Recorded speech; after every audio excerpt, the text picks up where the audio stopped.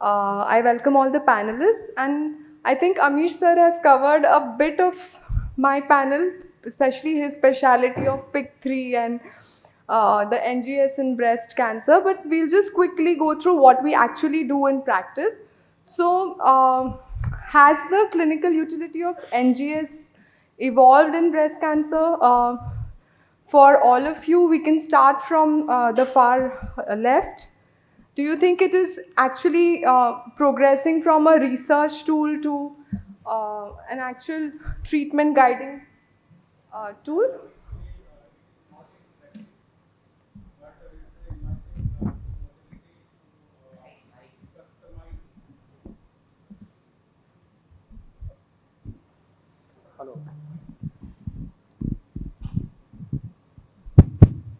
Hello. Yeah. It's very helpful to know the tumor genomic profile and customize treatment plan for better outcome of the patients. But it's not in a routine practice nowadays. Dr. Shruti? Ma'am, I agree that at present we do not recommend NGS to decide our treatment, especially for the first line.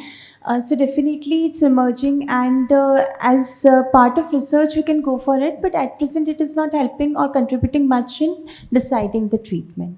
Okay, Dr. Nirali?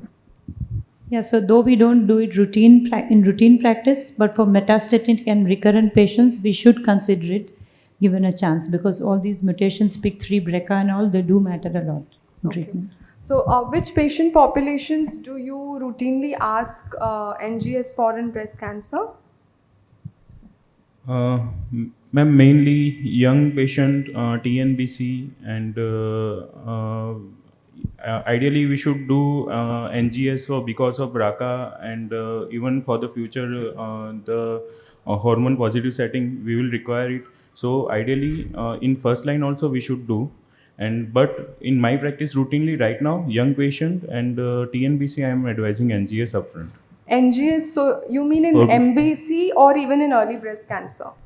Ma'am, mainly in metastatic setting. But BRCA you would be doing even in early breast cancer, isn't it?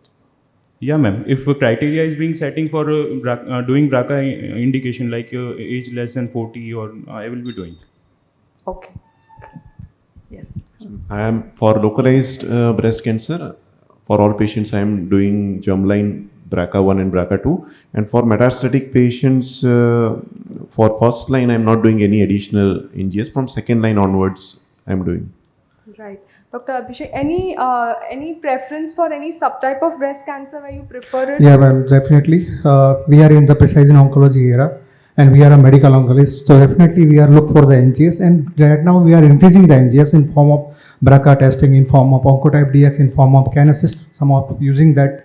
And yes, still we are stuck to the patient, those who are hormone positive, HER2 negative, limited NGS panel, not a comprehensive genomic profiles, and TNBC also. And TNBC, but not so much in HER2 positive yet. Dr. Mansi, yeah, here, Yes, sir. yeah. So, one point is that in a first line TNBC, if there is a BRCA positive, I think we all should know about the subset of Olympia study where if the patient was chemo naive, the median PFS was crossing 18 to 19 months versus 5 to 6 months with any of the chemotherapy what we give.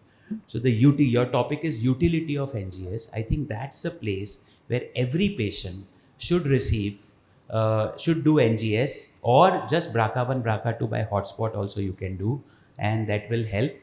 And the other question, when all the panelists have said that they would do BRCA in a upfront EBC setting. Now LABC is also EBC, that's why I'm using EBC. क्या change किया आपने treatment, मतलब apart from family counselling in that particular patient, how are they changing the treatment? I want to know that. Any of you would like to take it? Dr. Shruti? Early breast, BRCA positive, of course, it will have prognostic and therapeutic and multiple other implications. So for TNBC, ma'am, we can consider adding carboplatin like for BRCA-ness, but that we are also considering for the patients who have node positive disease, sir. So mostly not very significant change that we are getting through doing BRCA1-2 testing. So, one more thing, one of the panelists just mentioned that they would do BRCA1, BRCA2 particularly. So, if it's an early patient with triple negative, if genetic risk is your concern and not exactly the therapeutic part, then BRCA1, BRCA2, rather than that, we do a broad spectrum panel. So, any reason only to do BRCA1, BRCA2 in such a situation? Or it's just a therapeutic decision? So I think regarding the hereditary part, if patient has strong family history, we can offer I do offer a hereditary germline panel to those patients. But But better if than just BRCA1, BRCA2 because Yes, very yes. often there are other genes also that are implicated. yes, Right, and if that comes negative and we still have a very high suspicion, we might have to still ask repeat. for an MLPA. So it's better to upfront go with a broad spectrum panel, even though you have kind of pinpointed that it's an HBOC. There are genes beyond BRCA1, BRCA2, which you have to order upfront. And as well in the Olympia trial, they consider the patient those who are more than 2 centimeter, and they got a benefit in adjuvant dolaparib, as well as patients those who are early breast cancer had a residual disease after neoadjuvant, they got also PFS benefit. So yes, therapeutic also. Yeah. So I think we all are very well versed with BRCA and triple negative. So we'll drive the discussion towards ERPR positive now. So I won't be able to cover everything in NGS. There is a lot. So we'll just be talking about one particular subset, and if time permits, one more subset of patients. So this lady is a 65-year-old woman who was diagnosed in 2022.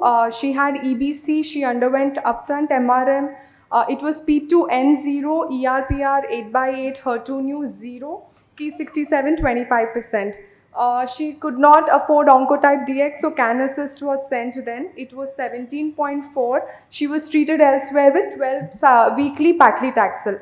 She was on adjuvant anastrozole when she presented to me with low backache. PET scan was done, which showed bone-only mets. So we'll start from this side now. So do you typically rebiopsy a patient in such a setting? Yeah, ma'am, definitely I consider for the biopsy to look for any hormone loss or change in the HER2 expression also. It's a concept of low right now. If a patient is clinical behavior looks like mostly in hormone favor because of bone only mets, elderly patient, if it's not willing or some any issues, then I can proceed with the treatment only. Right. So we do try to repeat a biopsy, and we do send for IHC for ERPR HER2 again, especially HER2 is the area of interest now. So we do see the change in expression in HER2. And then this patient was started on fulvestrant and ribociclib. Any other options that you could think of? I'm sorry, yeah. I think we can do PIK3CA mutation on the biopsy, and if it is negative, I would agree that fulvestrant plus ribociclib we can give. Right. So would you want to do the PIK3CA mutation on the biopsy block, the new biopsy block? New biopsy. Suppose you were not able to do it on a new biopsy, would you do it on the old biopsy block as well? Yeah, I'm Would okay you do a if it is not PIK3CA available. or anything else also would you do? ESR1 we can do along with that. Okay. PIK3CA and ESR1. But the old block also you would do ESR1? If new block is available, preferably on the new block. Okay. If And not, if you have a choice between old block yeah, and a new liquid biopsy, which one would you choose? liquid biopsy. So anybody else would like to differ or any additional points? Right. So this patient was started on fulvestrant and ribociclib. She was a little hesitant initially for an additional test, but we eventually did do it. Why we need to do IHC? I wish we could just do a liquid biopsy and not a repeat biopsy, but because of HER2, it's essential that we do a biopsy and check for IHC and for gain of HER2 expression. We did send a liquid biopsy report, and this was what was seen. on her liquid biopsy report. We started her on fulvestrant ribociclib. It was 1.5 months, but she had no clinical improvement. We'd sent this report, and this was the test. So she did have an ESR1 and a PIK3CA mutation. Anybody would like to take this question? What would you do next? We can go in sequential order. Yeah. ESR1 is mutated and along with PIK3CA, so we can consider elacestrant if possible for patient for ESR1 mutation. Otherwise, I would like to offer chemotherapy only. Did you see the PIK3CA as well? Would ESR1 alone be enough to target, or do we need to even look after the PIK3CA? PIK3CA is mutated, so typically this patient ends up taking chemotherapy only. Okay. Any change in thought? Would they respond well to chemotherapy? We can take option for alpelisib along with fulvestrant if we. Right. So you would change ribociclib and go upfront for alpelisib as soon as you get the PIK3CA mutation. Yes, ma'am. Okay. Okay. Dr. Mansi, sorry, I was a little bit late for the panel, but I just wanted to make a comment. Okay. I'll make the comment. So how long was the patient on hormone plus ribociclib before she progressed? She was just started on it. She took a few weeks to get the blood sample done. So we wanted to do it before starting, but she took 1.5 months later, we got this report. So she's not progressed on Clinically, there was no improvement. Okay. I did do a scan within 8 weeks. It was stable disease, but there was definitely no improvement clinically. Okay. So not a single guideline. First line metastatic disease, when in HR positive, when you decide CDK4/6 plus say fulvestrant, it is not dependent on any of the mutation. Okay. And that's why even if the PIK3CA is something which you can do in the second line, not just the first line. Because no matter what, even when we have, we know that NGS में RB loss and P53 loss है, CDK4/6 is not going to work, still there is not a single guideline which allows me to change something else. So in the first line, AI stroke fulvestrant plus CDK4/6 irrespective. You said it's a stable disease. I don't think that we can change anything right now. Let the patient progress and only then you think of changing it. Alpelisib is a very difficult drug to tolerate. I have burnt my fingers time and again. In fact, the company have now stopped promoting alpelisib, if you see. Till the time we have capivasertib, I think PIK3CA is something going to remain where you may think of giving chemo earlier. But in this particular setting, I will not change. You already given fulvestrant. Yeah. Elacestrant vagara is not available. We already given fulvestrant, which is supposed to overcome ESR1. We have to wait till patient progresses. I would not change at this point. So a question to you. Yeah. So if you had a choice of CDK4/6 companion, which one would you prefer if you had the information that she has PIK3CA? See, this patient within 3 years of anastrozole has progressed. If this patient would have progressed after 5 years, I would have given one more AI plus CDK4/6 inhibitor. But since this patient has progressed, I think fulvestrant choice is fine. That is what your question I'm was. asking, would you prefer abemaciclib over any other CDK4/6? Because there was a subset of PIK3CA. I was a big fan of fulvestrant plus ribociclib because that was the first trial to show OS advantage. Correct. All Palbo, of there us. is not a single trial Palbo में दिखाया है. Although Dr. Hope Rugo का real world data says that all are equal. Right, sir. So my choice is fulvestrant plus ribociclib, what you have given.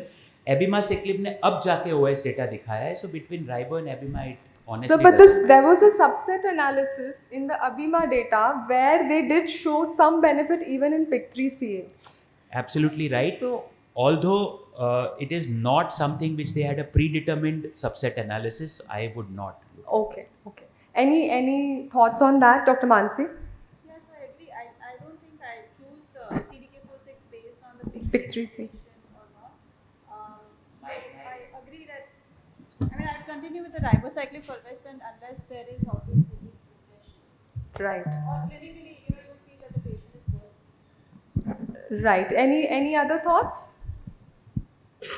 So one point that I was trying to drive was PIK3CA usually is present from the beginning. Even the primary tumor sample is likely to have it, whereas ESR1 or the other mutations can change over a period of time. So the sequential monitoring of ESR1 is very different from PIK3CA, and we can also use the old blocks to look for PIK3CA.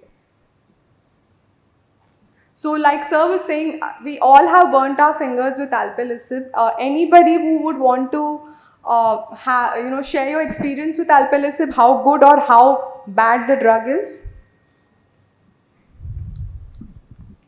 So, I agree. Alpelisib, I don't think it is a good drug either in terms of efficacy or in terms of side effects. Everybody has hyperglycemia, everybody has some or the other form of diarrhea, and I think hyperglycemia has been the reason that I've stopped alpelisib in whatever patients I've used in. So like from a small subset of patients, but 100% hyperglycemia. Yeah. Everolimus I think is better tolerated than alpelisib. So if I wanted to choose hormone therapy treatment, I would probably use fulvestrant with everolimus, even if there's a PIK3 mutation, if the patient doesn't have like so much of disease burden. Otherwise, switch over to chemotherapy if there's no other option that is available. We do have some data with fulvestrant and everolimus. Anybody else, if you had access to any of the other drugs or a very new drug which has just been published, I'll talk about Yeah, that. ma'am. So definitely hormone patients mostly are the older ones, when we look for that. And we are the capital of diabetes. Most of patients have comorbidities like diabetes and hypertensive. Both are very difficult to give. Alpelisib as well, capivasertib. There is so much toxicity. When I use some hardly 1 or 2 patients, Capivasertib, yeah, used? yeah, one patient, but it's very difficult to. Was it under the trial setting or? No, he's procured from some outside. Yeah, that's why. Okay. Any other experiences? We did have a small clinical trial group of capivasertib. It was slightly better than alpelisib, I would say. But yeah, none of my patients have bought it themselves yet. So if we have access to it, definitely Capitolo data is much better than alpelisib, and we also know that multiple other alterations also it works, and toxicity wise it's almost there but not so toxic. And best part about that trial was these patients were exposed to CDK4/6 inhibitors, whereas the other trials, their exposure was quite less. So we don't know if it's going to work on patients who've already received CDK4/6, and you can actually continue the CDK4/6 also. So these are the 3 drugs that we were talking about till about a couple of months ago, and now we have one more drug called inavolisib. Just recently in ASCO this was spoken about. There is an NEJM article which has been published in May. So this was a very small subset, 160 patients in each arm.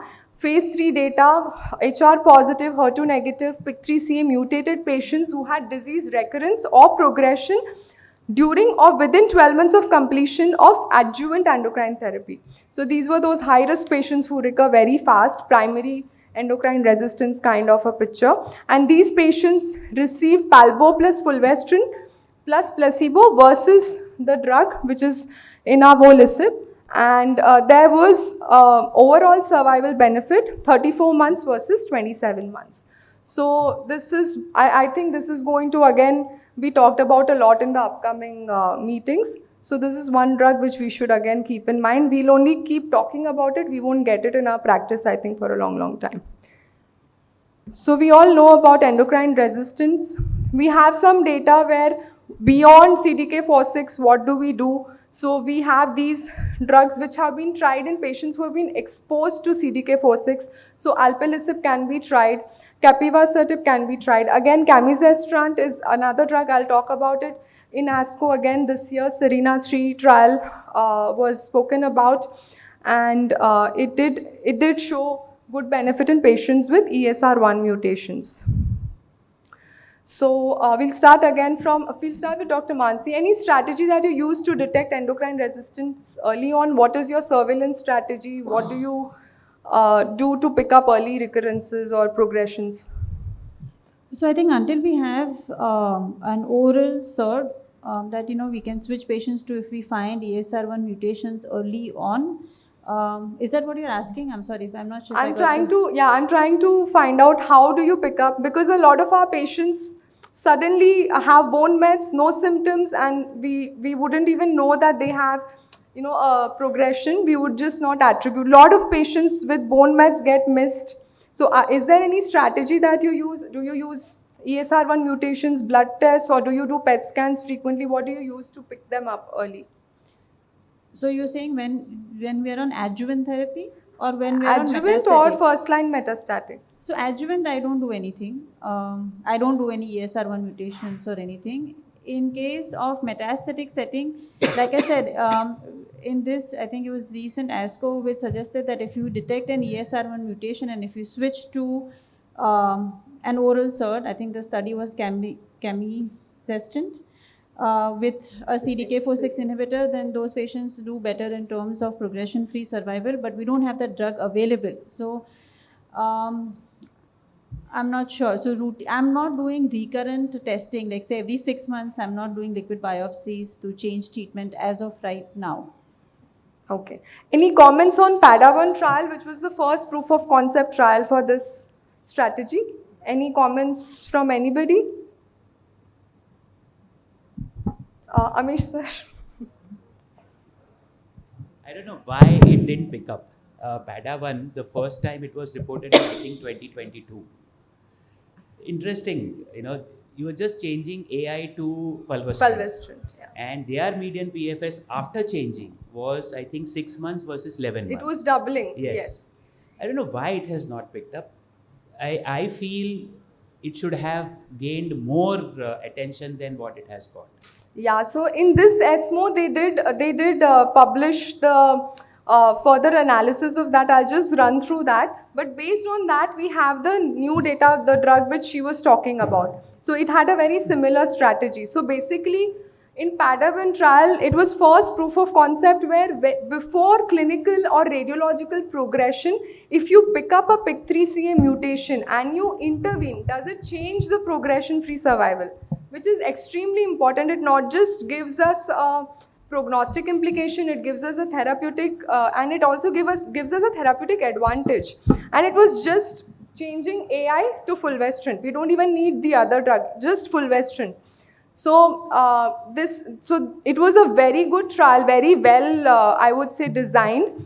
And it did make it to the, all the conferences in 2022. But this year in ESMO Breast, there was further analysis where it showed that the maximum number of ESR1 mutations were detected either before 6 months, fewer mutations were detected before 6 months and after 30 months. So it follows a bell-shaped curve, which is similar to KRAS in colorectal cancers, which was very interesting. And it also showed that it was very accurate in detecting bone metastasis, something that we miss on radiology.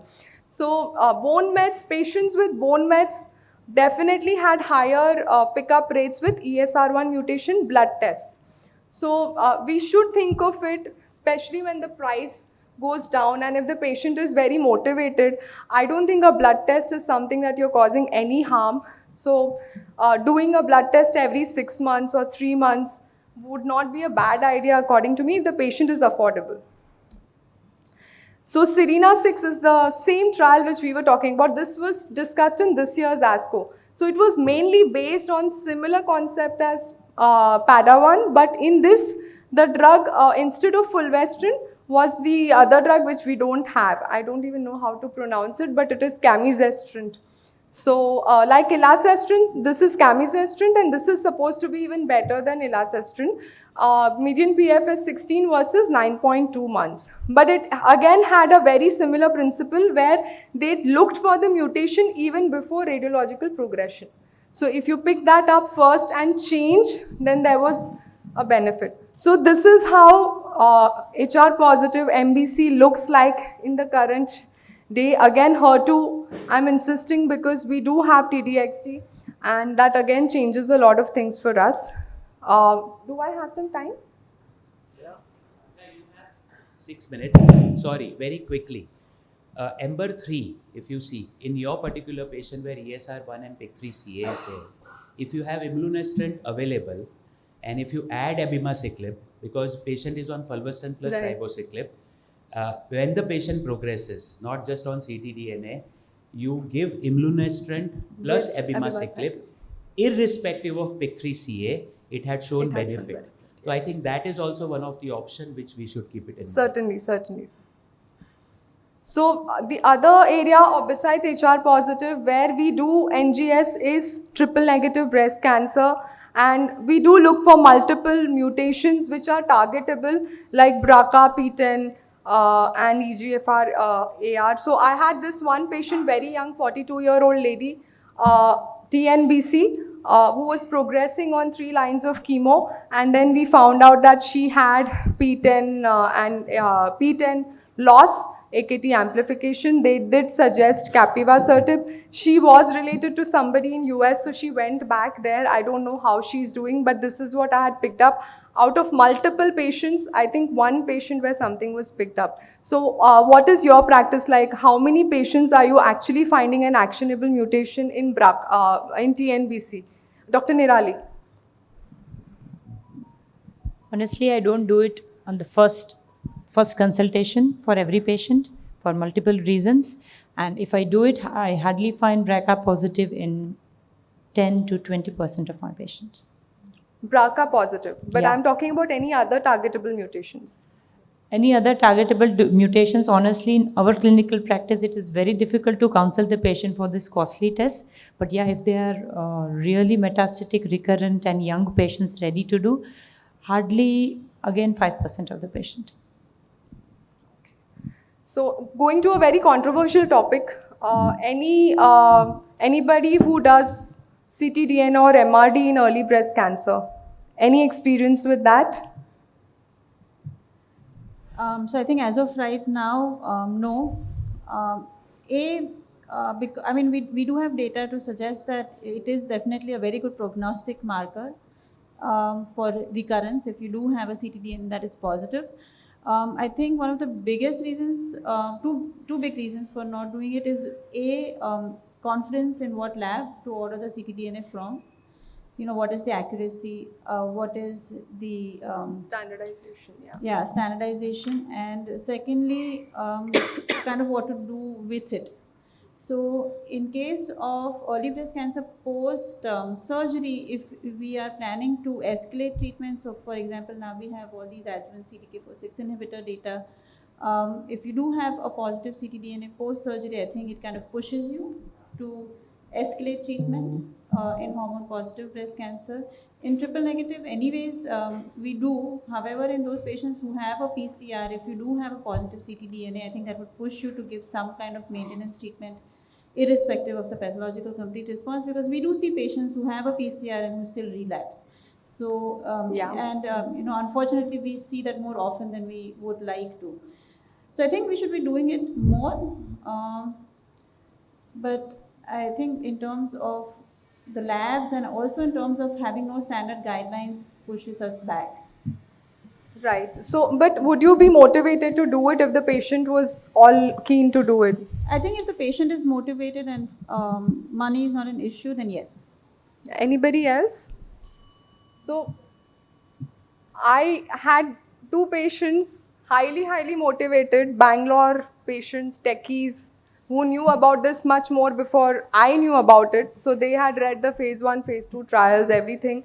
So they had read the paper which was published. So one lady, early breast cancer, 42-year-old, hormone positive, oncotype DX, intermediate risk, did not want to take chemo at any cost, was very concerned about hair and multiple other things, but also has severe anxiety and a lot of money.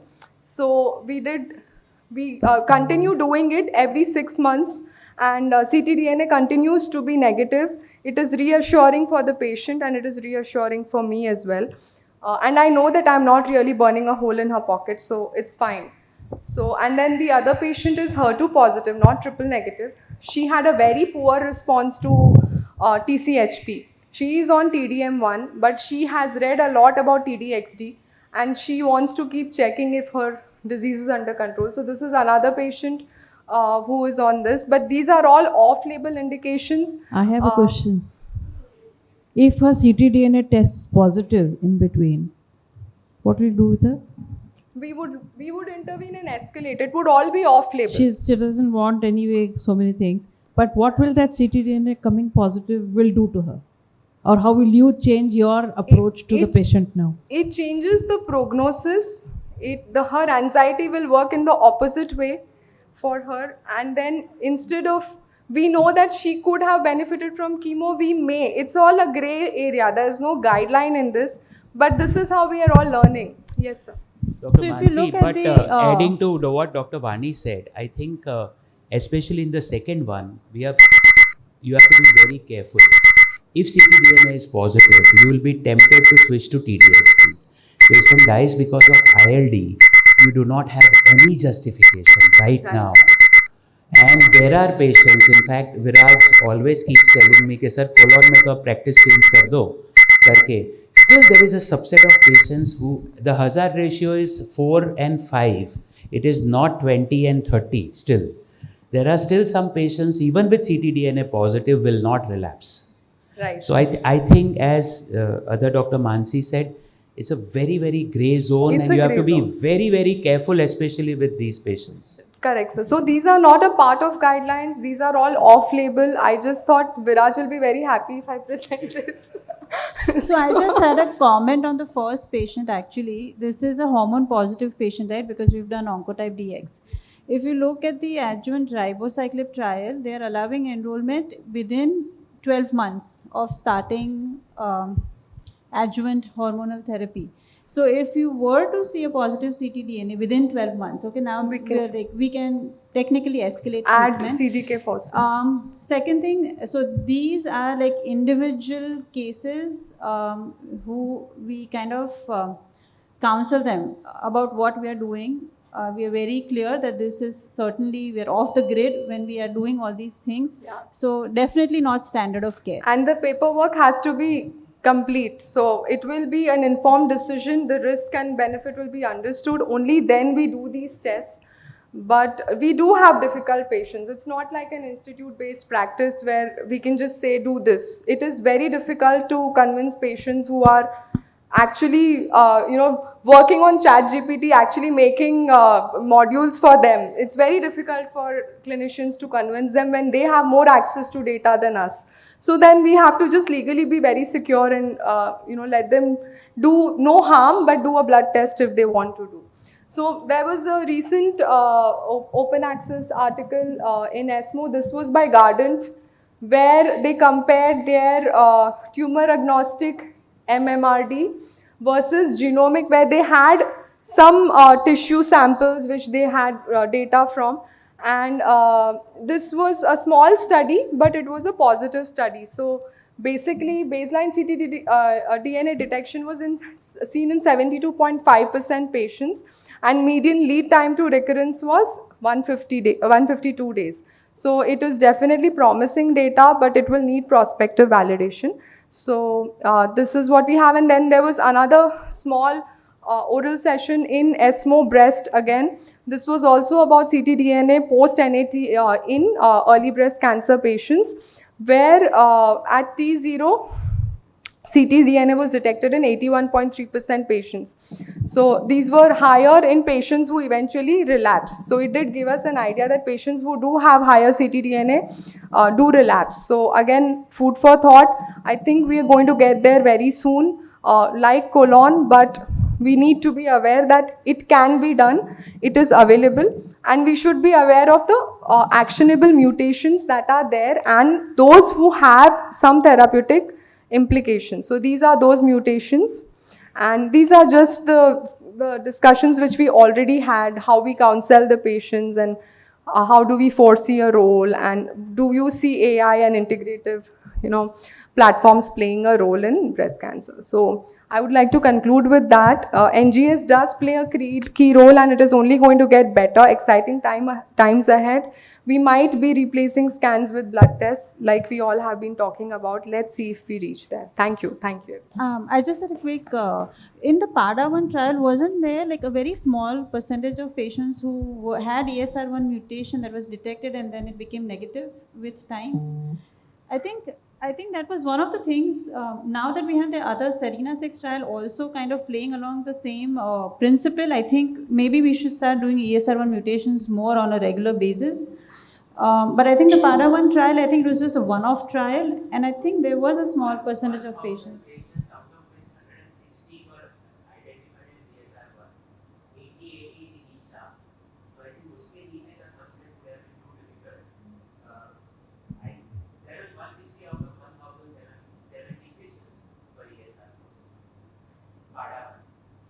Yeah, but no, consistently ESR1. I remember there was a small number which the ESR1 mutations kind of went away. So I think it was very confusing how to interpret that study. So on treatment, it did go down, the ctDNA on treatment. The arm that had fulvestrant, of course the ctDNA did go down, but the other arm, when they progressed, they did give fulvestrant. So I don't know about the other arm which was not, which had the placebo. I'm not sure about that. Thank you. Thank One you. doubt, ma'am. So regarding that kinasist, so do you routinely recommend that test because patient is not for the Oncotype DX? What is the reliability and is it legally safe or not? Because Safe is not an issue. Safety is not an issue because it's done on the blog. Whether not to legally safe, ma'am. Legally safe, it has been approved in multiple other countries also. Though I would obviously want them to go for Oncotype DX or Mamaprint because we are more confident with that. But it's not unethical or it's not wrong to offer Canassist to a patient who cannot afford the other tests. Okay.